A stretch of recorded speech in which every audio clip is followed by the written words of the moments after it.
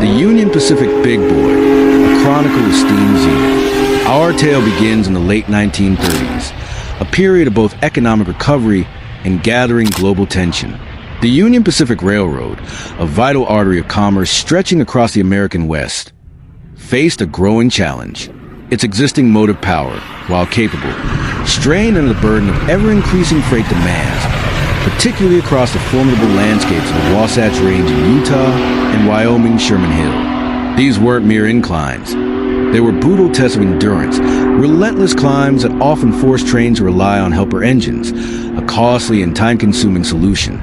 The Union Pacific needed a titan, a single locomotive capable of conquering these mountain grades unaided, a machine that could not only haul unprecedented tonnage, but also maintain schedules. They issued a challenge to the locomotive builders of America: create a colossus. The American Locomotive Company, LCO, headquartered in Schenectady, New York, answered the call. Alco's engineers, drawing upon decades of experience and pushing the boundaries of existing technology, embarked on a project of unprecedented scale.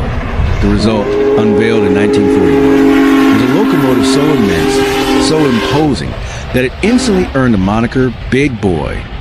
Legend has it that the name was simply scrawled in chalk on the smokebox door of the prototype by an anonymous ALCO worker, a spontaneous christening that perfectly captured the essence of the machine.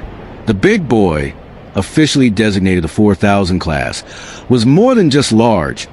It was a masterpiece of articulated design. Its 4-8-8 four-wheel arrangement, a white classification denoting 4 leading wheels, 2 sets of 8 driving wheels and 4 trailing wheels, allowed a degree of flexibility crucial for navigating the tight curves of mountain passes. This wasn't the first articulated locomotive. Of course, the mallet design, with its hinged frame, had been around for decades. But the mallets, while powerful, tended to be slow, compound engines. The exhaust from the high-pressure cylinders were fed to the low-pressure cylinders, which increased efficiency. The Big Boys were simple articulateds. All 4 cylinders receive high-pressure steam directly from a boiler. This design choice prioritized speed and power over ultimate fuel efficiency, reflecting the Union Pacific's need to move freight quickly across vast distances. The statistics were and remain staggering. Over 132 feet long from the tip of the pilot to the rear of the tender, weighing in at over 1.2 million pounds fully loaded, and capable of exerting over 135,000 pounds of tractive effort. The 4 cylinders, each larger than a 55-gallon oil drum, were fed by a massive boiler operating at 300 pounds per square inch. The firebox, where coal was consumed at a prodigious rate by a mechanical stoker, was large enough to host a small gathering. These were machines built on a scale that dwarfed anything that had come before. The fire was so large, it would have been difficult to have kept it fueled manually. The timing of the Big Boy's arrival was providential. As America geared up for, and then entered World War II, the nation's railroads became critical lifelines. The Big Boys, with their unparalleled hauling capacity, played a pivotal role in moving war material, troops, and supplies across the Union Pacific's vast network. They became symbols of American might, their thundering passage a constant reminder of the industrial power driving the war effort. Their distinctive deep and loud whistle will forever resonate with those that heard it. After the war, the Big Boys continued their service, handling the burgeoning peacetime economy's freight with equal prowess. They were the kings of the rails, their images gracing countless photographs and newsreels. The sight of a Big Boy, smoke billowing, drivers churning, effortlessly pulling a mile-long train up a mountain grade, was a spectacle that captured the imagination. But the reign of steam was drawing to a close. A new breed of locomotive, powered by diesel-electric engines, was proving its superiority. Diesels were more fuel efficient, required less maintenance, and could be operated in multiple unit configurations, providing even greater flexibility and power. The economics were undeniable. The Union Pacific, like other railroads, began to retire its steam fleet. The Big Boys, despite their magnificent power, were among the casualties. The last revenue freight hauled by a Big Boy was in July of 1959, a poignant moment marking the end of an era. Most were withdrawn from service by 1961. Their fires banged for the last time.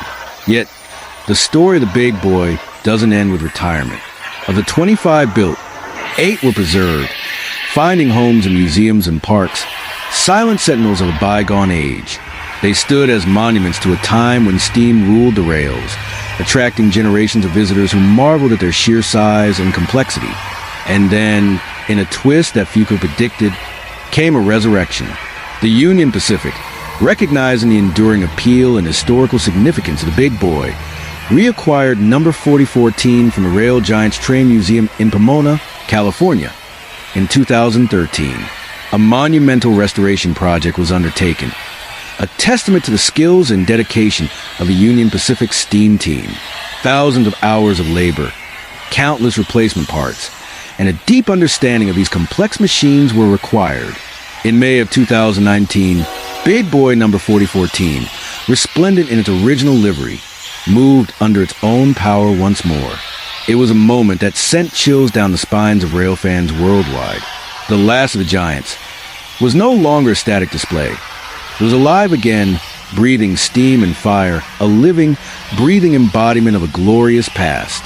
The Union Pacific has sent the 4014 and other steam engines on tours around the U.S., allowing thousands to once again witness the amazing sight. The Big Boy story is more than just a chronicle of machine. It's a story of American ingenuity, of the relentless pursuit of power and efficiency, and of the enduring romance of the steam locomotive. It's a reminder that even as technology advances, the achievements of the past can continue to inspire and captivate.